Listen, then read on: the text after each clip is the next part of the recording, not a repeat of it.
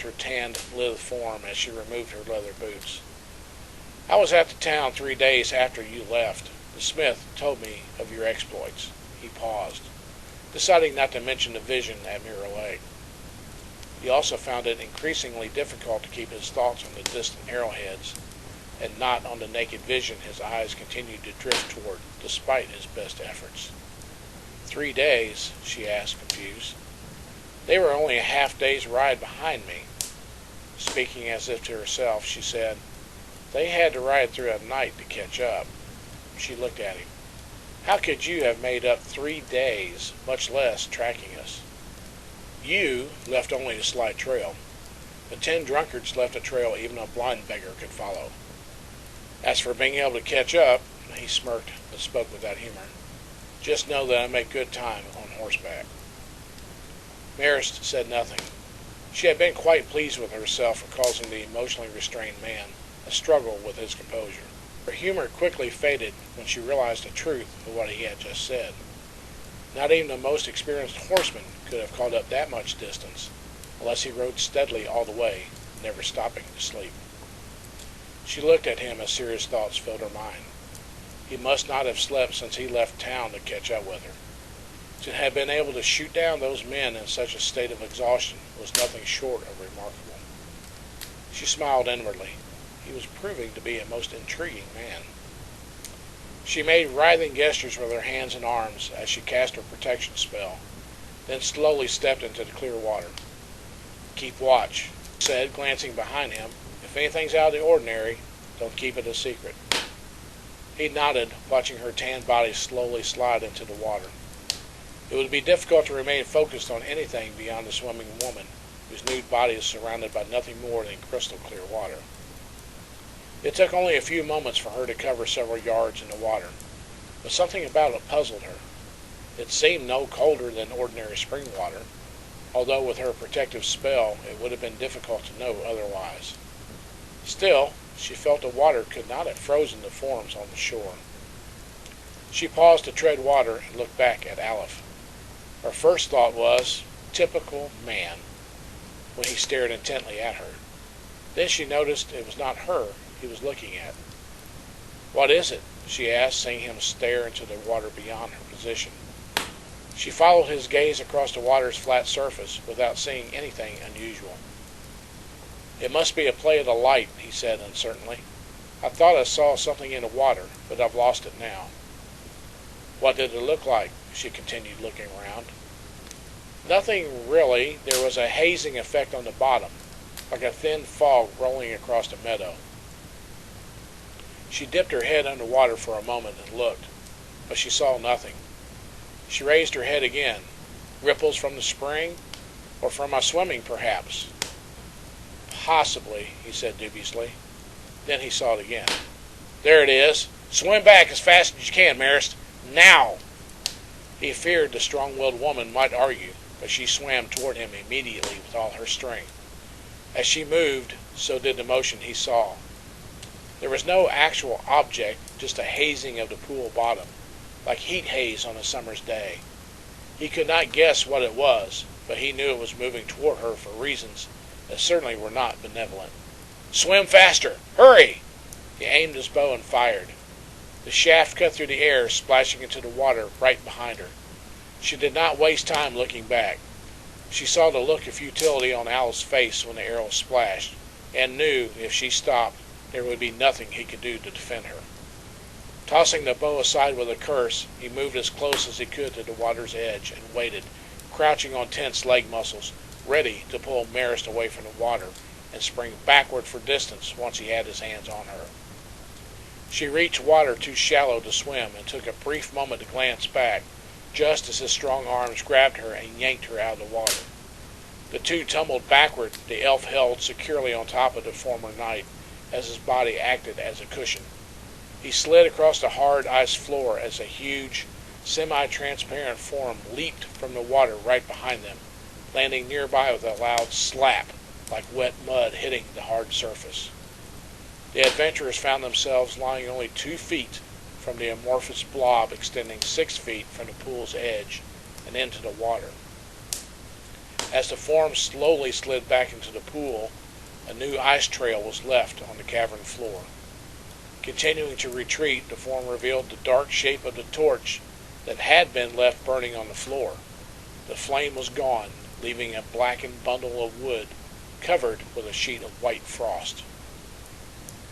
Aleph held Maris tightly in his arms, pressing her body against his as she held him close. Several minutes passed after the slime oozed back into the water. He began to wish the moment would never pass, enjoying the warmth of her body against his, her warm, bare breast wetly clinging and pressing against his chest, and her soft skin under his hands caused thoughts to form in his mind. Despite having been without a woman's comfort for 7 years, and that the elf in his arms had unmatched beauty, he felt slightly ashamed of his feelings. He held her to protect and comfort her, but with her naked body against his heart beat faster from something other than the fear of the creature that almost froze him. Had he been able to read minds, he would have found the same thoughts in the elf's mind. Maris took comfort in his hold for what it was intended, but once the danger passed, she found the secure warmth and strength of his arms created other feelings too, and that bothered her a bit. She never let a man touch her heart like Aleph was beginning to, and she had no idea why. He was fairly handsome, though not so much that he could woo any woman he chose. He was doubtless honorable and chivalrous, in a word, gallant, which was not usually her type. Although she had a few lovers in her life, she had always been in full control of her emotions. She always kept relationships on a strictly physical level. To her surprise, she found her emotions taking control. Another few seconds of silence passed, then Aleph spoke. I suppose that creature is the cause for these frozen forms. It must feed on any form of heat it can find, whether that be sunlight from the opening or living creatures. Maris nodded silently, torn between not wanting to leave the comfort of his hold and not wanting to surrender to the emotions increasing with every second she was with him. I should get some clothes on before my spell runs out, she said quietly, moving slowly and reluctantly from his arms, away from the feelings edging into her heart. He nodded as she stood, unaware she lied about her spell. It ran out several minutes earlier.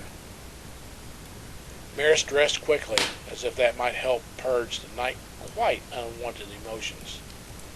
Once clothed, she looked at the distant green specks embedded in the far wall and frowned. Though the distance had not changed, they seemed forever out of her grasp. I imagine we can forget about the Shurkite arrowheads, she said. I don't know any way to get them short of a flight spell. Even if we had a raft, that thing would probably topple it and get us. Aleph agreed silently, letting his feelings return into his soul. He too wondered what to do. Suddenly he pointed at the cavern floor. Maybe we won't have to. Look. She looked. Beside a frozen archer who still held the remnants of a bow, just below the surface of the floor were 2 spots of green. The way the man was dressed was the same as what the smith told her. He was the one who had been searching for his brother. She looked up at Aleph with a slight smile, unsheathed her dagger, and began chipping at the ice. In moments they uncovered 3 of the green stone arrowheads, which would cut through anything, including, hopefully, dragon scales. Sure you don't want to give up dragon hunting and sell these? She asked, looking at one of the green marbleized arrowheads, turning it gently in her hand. These would bring a small fortune on the market. Even a large one would not be enough to buy my soul if I gave up my quest to kill that hellspawn, he replied, disappointed by her suggestion. Maris nodded and smiled. Well then, you can pay for my ale after we kill the dragon. She carefully felt the edge of one of the points. Will 3 be enough? He nodded, studying the green point in her hand before looking into her eyes. Aye, lass, the dragon has but one dark heart. These are enough.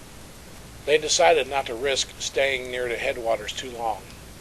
While the slime returned to the water and had not ventured forth again, The distance of some of the frozen figures from the water's edge proved such was probably not a permanent situation. As they walked away from the tunnel, Alf's thoughts returned many times to the elf leading the way, as did his gaze. Despite his best efforts, thoughts of holding her close drifted in. She was beautiful, and could, no doubt, have any man she wished. Still, she was young, occasionally obnoxious, definitely arrogant, and smart-mouthed, the kind of person he rarely got along with. Nonetheless, whether he wanted them to or not, his feelings for her were growing. Trying to clear his mind of such distractions, he recalled his journey to Mirror Lake. Some of the visions he glimpsed in the lake had already come to pass. He remembered another magical image, that of a battle between the dragon and the wizard. Whether that had already happened, or was waiting in the future, was unknown. He could only imagine that, since the images had all been in the future so far. The battle happened only recently, or would come soon. Unknown to Alf, the pool, true to his magic, showed him visions of the future, that one remaining to be fulfilled that very day. Darmir stopped the tale for a moment. Does anyone need a refill of his tankard? Hector took another cup of dark mead, while Christine went to refill her slender leather tankard with cool, clean water Darmir somehow always managed to have in his home, without a nearby spring or well. Although I did my best not to watch her movements, she caught my interest. Without any overt movement that showed she was doing anything out of the ordinary, she returned to the group, but somehow managed to take a position beside me. She sat close, snuggling into the rich fur cushion, casting a light, blushing smile in my direction. I did the same, trying to release the breath I had not realized I was holding. Darmir gave me a wry smile, but his words before the group. I am sure all of you are thinking that if the dragon, Vorta, was such a plague to those living in Norval, some lord would hire a powerful wizard to deal with the threat. In truth, a wizard did step forward to do battle, although the fight bears only small import to the adventure I have begun telling you. I will give you a short version of it, so you will better understand the threat the two warriors would soon face. He took a breath. The wizard of whom I speak was not omnipotent, but was skilled in the arts of magic nonetheless. He was also full of himself, too full. Such was his downfall. Such it is with all who think more highly of themselves than they actually are. After glancing at Hector, Darmir continued his tale. Granth had just reached his 23rd year, though he oft thought his soul was an ancient one. He felt older and far wiser than his age. As such, he was confident of the magic he had learned. His master, Horus the Wise, taught him a great deal about his magical gift, and seemingly had little else to impart after 3 years of apprenticeship. Granth knew it was due to his natural skill with magic.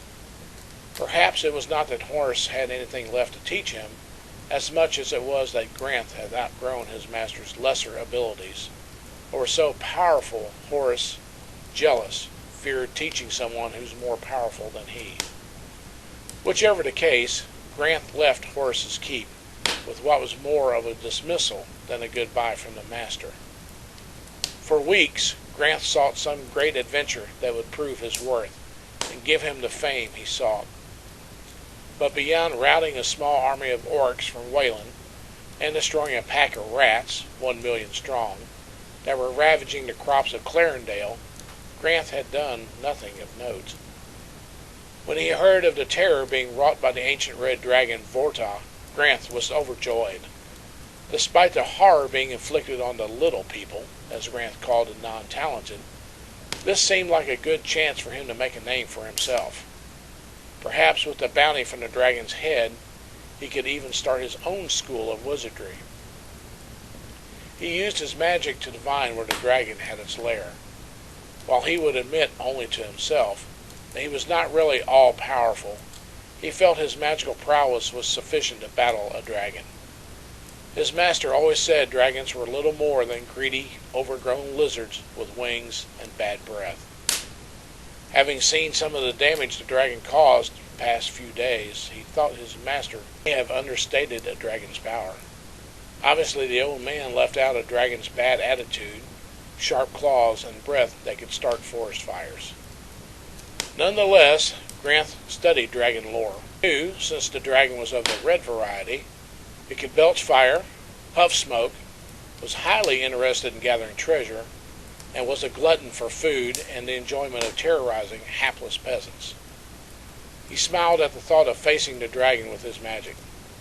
The fire spells he knew would be useless, but he had other tricks.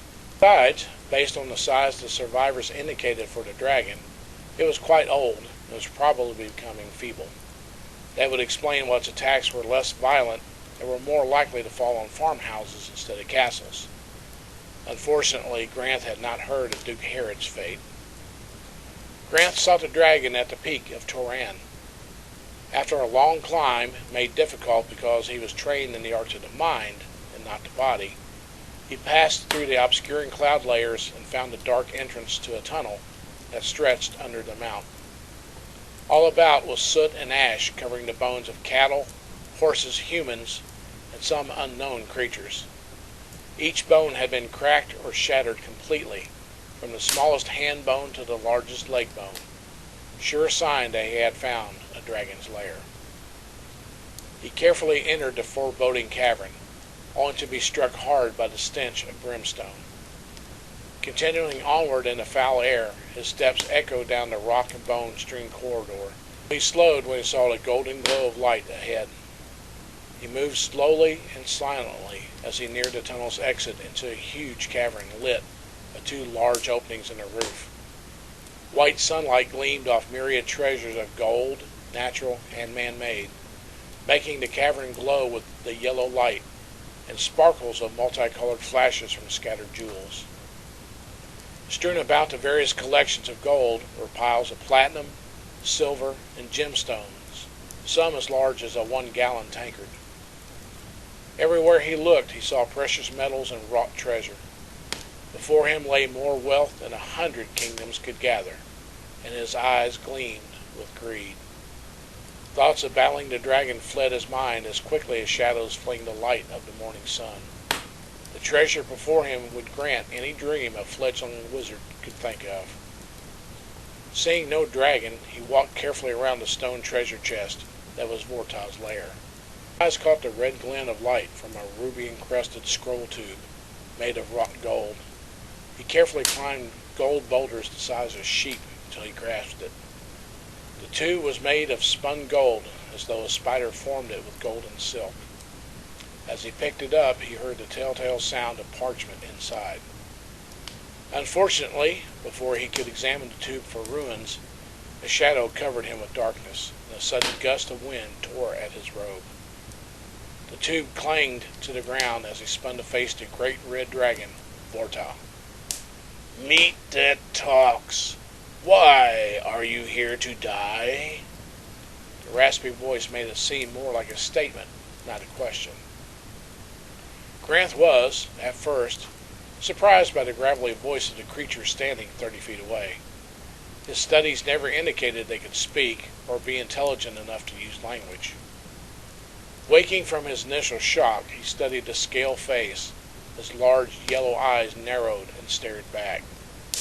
He anticipated meeting a large creature, especially after hearing the stories of its attacks. Still, he never realized how immense it would be. Somehow, talk and imagining sizes did not match a face-to-face comparison. His heart pounding in his chest, he answered in a calm voice, "I am here to stop your killing, dragon." He took a defensive posture and started composing a shield of defense spell. The dragon snorted a foul stream of dark smoke from its claw's jaws that enveloped the wizard, making him cough. While not quite a laugh, it showed humorous contempt of the arrogant human standing before him. It was nothing more than a quick snap of meat. "How you do that? No steel you have to hurt me." The wizard stood straight in defiance and spoke with confidence. "I have no need of steel to destroy one such as you, worm." Vortal laughed. if such it could be called. Meat that talks is like wind in tree. You make sound, but no sense. Perhaps you talk me to death? Granth sneered. I will show you. He raised his hands in front of him, electrical sparks dancing on his forearms. A crack of lightning shot toward the dragon, only to arc downward a third of the way to its target. The deadly lightning bolt struck with great force, but was harmlessly dispersed among the highly conductive metals on the treasure-laden floor. It looked apprehensively at the dragon, who had not even moved. Vorta released a cloud of dense smoke from his nostrils, and let his red-scaled jaws form a toothy grin. Now, meat that talks. Make big light flash, but Vorta show how done. Grath cast his magic shield as the dragon raised its head as if to clear its throat. The head suddenly came down and a stream of white-hot flame belched out, bent around Grath's shield, forming a flame-free spear.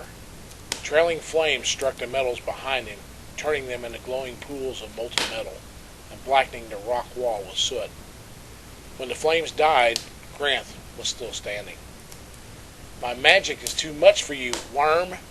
He felt fully confident in his strength, because he had more spells than the failed lightning bolt. He sneered, almost feeling pity for the doomed dragon. Vorta, looking at the man, narrowed his eyes. Powerful jaws parted slightly to permit a tiny flame, no larger than a torch, to emerge. The flame struck the magical shield for an instant, then passed through and burned the wizard's shoulder. With a cry of pain and shock, Granth bent to his knees, his shoulders smoldering as small flames danced on his robe. Vorta's head moved closer to the wounded human. Now, meat that talks, you will be meat that burns, and meat that fills my hunger. Granth looked up in horror as a ball of white flame, which was the last thing he saw in the world, struck home.